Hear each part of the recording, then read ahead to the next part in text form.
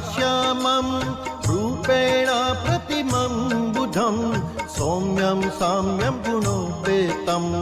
तं बुधं प्रणमाम्यहम्। त्र्यम्बकलिकाश्यामं रूपेण प्रतिमं बुधं सौम्यं साम्यं गुणोपेतं तं बुधं प्रणमाम्यहम्। त्र्यम्बकलिकाश्यामं रूपेण प्रतिमं बुधं सौम्यं साम्यं गुणोपेतं तं बुधं प्रणमाम्यहम्। त्र्यम्बकलिकाश्यामं रूपेण प्रतिमं बुधं सौम्यं साम्यं गुणोपेतं तं बुधं प्रणमाम्यहम्। त्र्यम्बकलिकाश्यामं रूपेण प्रतिमं बुधं सौम्यं साम्यं गुणोपेतं तं बुधं प्रणमाम्यहम्। त्र्यम्बकलिकाश्यामं रूपेण प्रतिमं बुधं सौम्यं साम्यं गुणोपेतं तं बुधं प्रणमाम्यहम्। त्र्यम्बकलिकाश्यामं रूपेण प्रतिमं बुधं सौम्यं साम्यं गुणोपेतं तं बुधं प्रणमाम्यहम्। त्र्यम्बकलिकाश्यामं रूपेण प्रतिमं बुधं सौम्यं साम्यं गुणोपेतं तं बुधं प्रणमाम्यहम्। त्र्यम्बकलिकाश्यामं रूपेण प्रतिमं बुधं सौम्यं साम्यं गुणोपेतं तं बुधं प्रणमाम्यहम्। त्र्यम्बकलिकाश्यामं रूपेण प्रतिमं बुधं सौम्यं साम्यं गुणोपेतं तं बुधं प्रणमाम्यहम्। त्र्यम्बकलिकाश्यामं रूपेण प्रतिमं बुधं सौम्यं साम्यं गुणोपेतं तं बुधं प्रणमाम्यहम्। त्र्यम्बकलिकाश्यामं रूपेण प्रतिमं बुधं सौम्यं साम्यं गुणोपेतं तं बुधं प्रणमाम्यहम्। त्र्यम्बकलिकाश्यामं रूपेण प्रतिमं बुधं सौम्यं साम्यं गुणोपेतं तं बुधं प्रणमाम्यहम्। त्र्यम्बकलिकाश्यामं रूपेण प्रतिमं बुधं सौम्यं साम्यं गुणोपेतं तं बुधं प्रणमाम्यहम्। त्र्यम्बकलिकाश्यामं रूपेण प्रतिमं बुधं सौम्यं साम्यं गुणोपेतं तं बुधं प्रणमाम्यहम्। त्र्यम्बकलिकाश्यामं रूपेण प्रतिमं बुधं सौम्यं साम्यं गुणोपेतं तं बुधं प्रणमाम्यहम्। त्र्यम्बकलिकाश्यामं रूपेण प्रतिमं बुधं सौम्यं साम्यं गुणोपेतं तं बुधं प्रणमाम्यहम्। त्र्यम्बकलिकाश्यामं रूपेण प्रतिमं बुधं सौम्यं साम्यं गुणोपेतं तं बुधं प्रणमाम्यहम्। त्र्यम्बकलिकाश्यामं रूपेण प्रतिमं बुधं सौम्यं साम्यं गुणोपेतं तं बुधं प्रणमाम्यहम्। त्र्यम्बकलिकाश्यामं रूपेण प्रतिमं बुधं सौम्यं साम्यं गुणोपेतं तं बुधं प्रणमाम्यहम्। त्र्यम्बकलिकाश्यामं रूपेण प्रतिमं बुधं सौम्यं साम्यं गुणोपेतं तं बुधं प्रणमाम्यहम्। त्र्यम्बकलिकाश्यामं रूपेण प्रतिमं बुधं सौम्यं साम्यं गुणोपेतं तं बुधं प्रणमाम्यहम्। त्र्यम्बकलिकाश्यामं रूपेण प्रतिमं बुधं सौम्यं साम्यं गुणोपेतं तं बुधं प्रणमाम्यहम् त्र्यम्बकलिकाश्यामं रूपेण प्रतिमं बुधं सौम्यं साम्यं गुणोपेतं तं बुधं प्रणमाम्यहम् त्र्यम्बकलिकाश्यामं रूपेण प्रतिमं बुधं सौम्यं साम्यं गुणोपेतं तं बुधं प्रणमाम्यहम् त्र्यम्बकलिकाश्यामं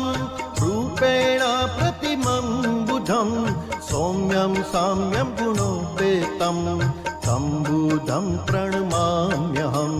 त्र्यम्बकलिकाश्यामं रूपेण प्रतिमं बुधं सौम्यं साम्यं गुणोपेतं तं बुधं प्रणमाम्यहम् त्र्यम्बकलिकाश्यामं रूपेण प्रतिमं बुधं सौम्यं साम्यं गुणोपेतं तं बुधं प्रणमाम्यहम् त्र्यम्बकलिकाश्यामं रूपेण प्रतिमं बुधं सौम्यं साम्यं गुणोपेतं तं बुधं प्रणमाम्यहम् त्र्यम्बकलिकाश्यामं रूपेण प्रतिमं बुधं सौम्यं साम्यं गुणोपेतं तं बुधं प्रणमाम्यहम् त्र्यम्बकलिकाश्यामं रूपेण प्रतिमं बुधं सौम्यं साम्यं गुणोपेतं तं बुधं प्रणमाम्यहम् त्र्यम्बकलिकाश्यामं रूपेण प्रतिमं बुधं सौम्यं साम्यं गुणोपेतं तं बुधं प्रणमाम्यहम् त्र्यम्बकलिकाश्यामं रूपेण प्रतिमं बुधं सौम्यं साम्यं गुणोपेतं तं बुधं प्रणमाम्यहम् त्र्यम्बकलिकाश्यामं रूपेण प्रतिमं बुधं सौम्यं साम्यं गुणोपेतं तं बुधं प्रणमाम्यहम् त्र्यम्बकलिकाश्यामं रूपेण प्रतिमं बुधं सौम्यं साम्यं गुणोपेतं तं बुधं प्रणमाम्यहम् त्र्यम्बकलिकाश्यामं रूपेण प्रतिमं बुधं सौम्यं साम्यं गुणोपेतं तं बुधं प्रणमाम्यहम्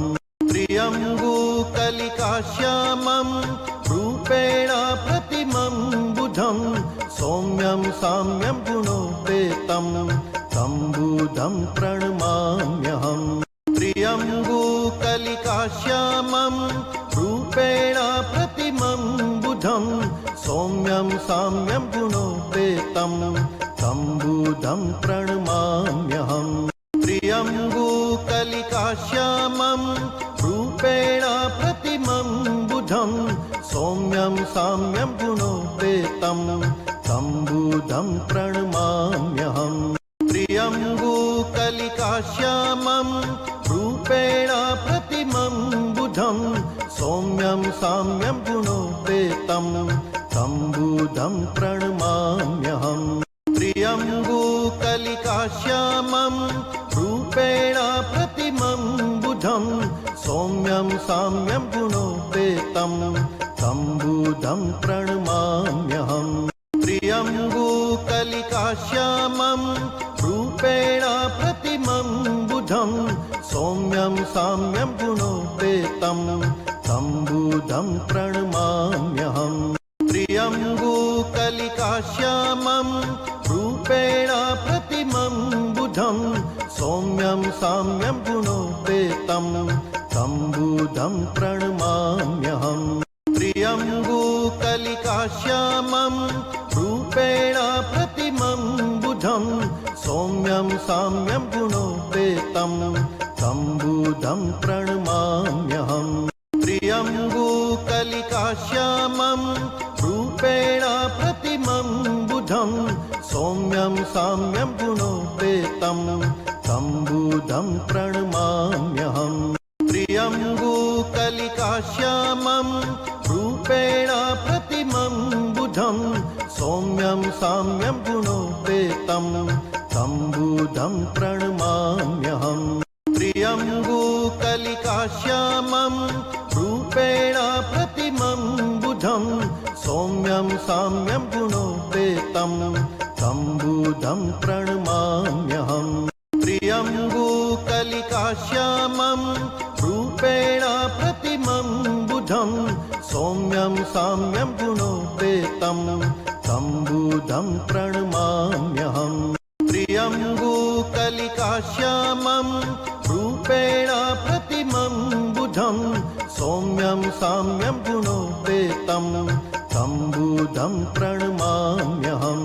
प्रियं गोकलिकाश्यामं रूपेण प्रतिमं बुधं सौम्यं साम्यं गुणोपेतं तं बुधं प्रणमाम्यहम् प्रियं गोकलिकाश्यामं रूपेण प्रतिमं बुधं सौम्यं साम्यं गुणोपेतं तं बुधं प्रणमाम्यहम् प्रियं गोकलिकाश्यामं रूपेण प्रतिमं बुधं सौम्यं साम्यं गुणोपेतं तं बुधं प्रणमाम्यहम् प्रियं गोकलिकाश्यामं रूपेण प्रतिमं बुधं सौम्यं साम्यं गुणोपेतं तं बुधं प्रणमाम्यहम् प्रियं गोकलिकाश्यामं रूपेण प्रतिमं बुधं सौम्यं साम्यं गुणोपेतं तं बुधं प्रणमाम्यहम् प्रियं गोकलिकाश्यामं रूपेण प्रतिमं बुधं सौम्यं साम्यं गुणोपेतं तं बुधं प्रणमाम्यहम् प्रियं गोकलिकाश्यामं रूपेण प्रतिमं बुधं सौम्यं साम्यं गुणोपेतं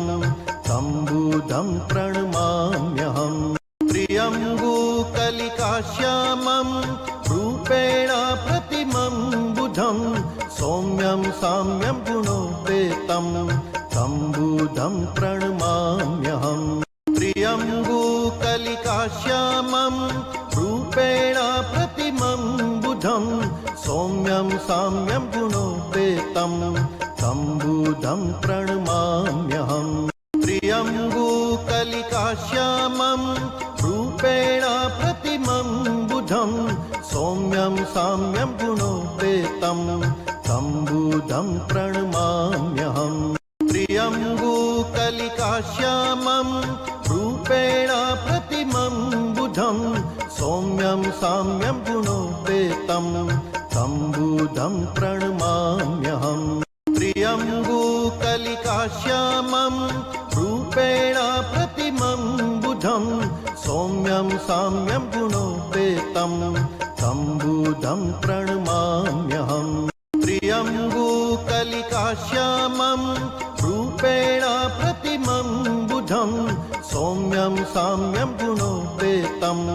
तं बुधं प्रणमाम्यहम् प्रियं गोकलिकाश्यामं रूपेण प्रतिमं बुधं सौम्यं साम्यं गुणोपेतं तं बुधं प्रणमाम्यहम् प्रियं गोकलिकाश्यामं रूपेण प्रतिमं बुधं सौम्यं साम्यं गुणोपेतं तं बुधं प्रणमाम्यहम् प्रियं गोकलिकाश्यामं रूपेण प्रतिमं बुधं सौम्यं साम्यं गुणोपेतं तं बुधं प्रणमाम्यहम् प्रियं गोकलिकाश्यामं रूपेण प्रतिमं बुधं सौम्यं साम्यं गुणोपेतं तं बुधं प्रणमाम्यहम् प्रियं गोकलिकाश्यामं रूपेण प्रतिमं बुधं सौम्यं साम्यं गुणोपेतं तं बुधं प्रणमाम्यहम् प्रियं गोकलिकाश्यामं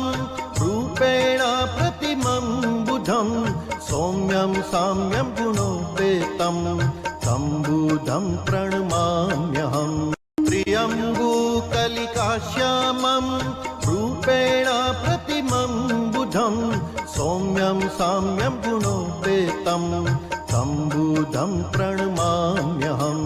त्र्यम्बकलिकाश्यामं रूपेण प्रतिमं बुधं सौम्यं साम्यं गुणोपेतं तं बुधं प्रणमाम्यहम् त्र्यम्बकलिकाश्यामं रूपेण प्रतिमं बुधं सौम्यं साम्यं गुणोपेतं तं बुधं प्रणमाम्यहम् त्र्यम्बकलिकाश्यामं रूपेण प्रतिमं बुधं सौम्यं साम्यं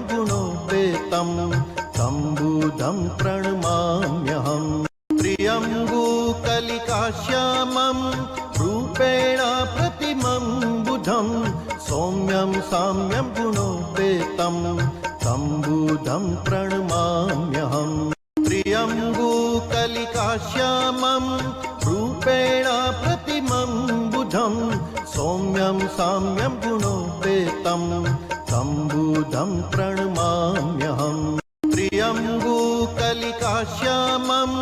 रूपेण प्रतिमं बुधं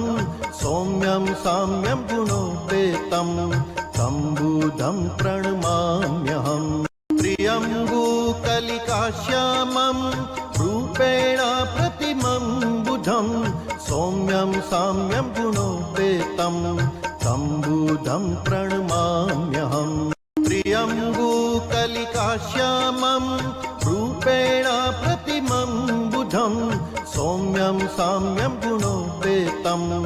तं बुधं प्रणमाम्यहम् त्र्यम्बकलिकाश्यामं रूपेण प्रतिमं बुधं सौम्यं साम्यं गुणोपेतं तं बुधं प्रणमाम्यहम् त्र्यम्बकलिकाश्यामं रूपेण प्रतिमं बुधं सौम्यं साम्यं गुणोपेतं तं बुधं प्रणमाम्यहम् त्र्यम्बकलिकाश्यामं रूपेण प्रतिमं बुधं सौम्यं साम्यं गुणोपेतं तं बुधं प्रणमाम्यहम् त्र्यम्बकलिकाश्यामं रूपेण प्रतिमं बुधं सौम्यं साम्यं गुणोपेतं तं बुधं प्रणमाम्यहम् त्र्यम्बकलिकाश्यामं रूपेण प्रतिमं बुधं सौम्यं साम्यं गुणोपेतं तं बुधं प्रणमाम्यहम् त्र्यम्बकलिकाश्यामं रूपेण प्रतिमं बुधं सौम्यं साम्यं गुणोपेतं तं बुधं प्रणमाम्यहम् त्र्यम्बकलिकाश्यामं रूपेण प्रतिमं बुधं सौम्यं साम्यं गुणोपेतं तं बुधं प्रणमाम्यहम् त्र्यम्बकलिकाश्यामं रूपेण प्रतिमं बुधं सौम्यं साम्यं गुणोपेतं तं बुधं प्रणमाम्यहम् त्र्यम्बकलिकाश्यामं रूपेण प्रतिमं बुधं सौम्यं साम्यं गुणोपेतं तं बुधं प्रणमाम्यहम् त्र्यम्बकलिकाश्यामं रूपेण प्रतिमं बुधं सौम्यं साम्यं गुणोपेतं तं बुधं प्रणमाम्यहम् त्र्यम्बकलिकाश्यामं रूपेण प्रतिमं बुधं सौम्यं साम्यं गुणोपेतं तं बुधं प्रणमाम्यहम् त्र्यम्बकलिकाश्यामं रूपेण प्रतिमं बुधं सौम्यं साम्यं गुणोपेतं तं बुधं प्रणमाम्यहम् त्र्यम्बकलिकाश्यामं रूपेण प्रतिमं बुधं सौम्यं साम्यं गुणोपेतं तं बुधं प्रणमाम्यहम् त्र्यम्बकलिकाश्यामं रूपेण प्रतिमं बुधं सौम्यं साम्यं गुणोपेतं तं बुधं प्रणमाम्यहम् त्र्यम्बकलिकाश्यामं रूपेण प्रतिमं बुधं सौम्यं साम्यं गुणोपेतं तं बुधं प्रणमाम्यहम् त्र्यम्बकलिकाश्यामं रूपेण प्रतिमं बुधं सौम्यं साम्यं गुणोपेतं तं बुधं प्रणमाम्यहम् त्र्यम्बकलिकाश्यामं रूपेण प्रतिमं बुधं सौम्यं साम्यं गुणोपेतं तं बुधं प्रणमाम्यहम् त्र्यम्बकलिकाश्यामं रूपेण प्रतिमं बुधं सौम्यं साम्यं गुणोपेतं तं बुधं प्रणमाम्यहम् त्र्यम्बकलिकाश्यामं रूपेण प्रतिमं बुधं सौम्यं साम्यं गुणोपेतं तं बुधं प्रणमाम्यहम् त्र्यम्बकलिकाश्यामं रूपेण प्रतिमं बुधं सौम्यं साम्यं गुणोपेतं तं बुधं प्रणमाम्यहम् त्र्यम्बकलिकाश्यामं रूपेण प्रतिमं बुधं सौम्यं साम्यं गुणोपेतं तं बुधं प्रणमाम्यहम् त्र्यम्बकलिकाश्यामं रूपेण प्रतिमं बुधं सौम्यं साम्यं गुणोपेतं तं बुधं प्रणमाम्यहम् त्र्यम्बकलिकाश्यामं रूपेण प्रतिमं बुधं सौम्यं साम्यं गुणोपेतं तं बुधं प्रणमाम्यहम् त्र्यम्बकलिकाश्यामं रूपेण प्रतिमं बुधं सौम्यं साम्यं गुणोपेतं तं बुधं प्रणमाम्यहम् त्र्यम्बकलिकाश्यामं रूपेण प्रतिमं बुधं सौम्यं साम्यं गुणोपेतं तं बुधं प्रणमाम्यहम् त्र्यम्बकलिकाश्यामं रूपेण प्रतिमं बुधं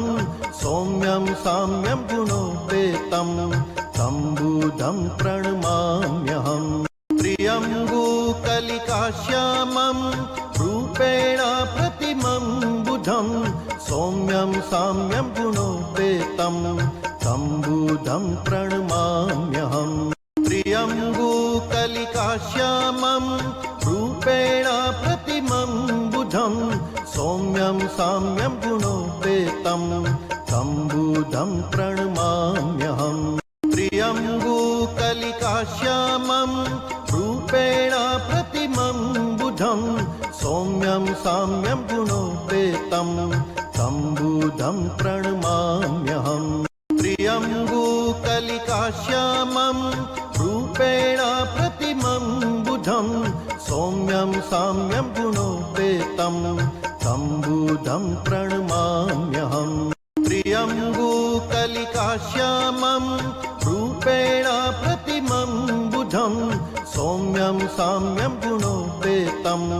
तं बुधं प्रणमाम्यहम् त्र्यम्बकलिकाश्यामं रूपेण प्रतिमं बुधं सौम्यं साम्यं गुणोपेतं तं बुधं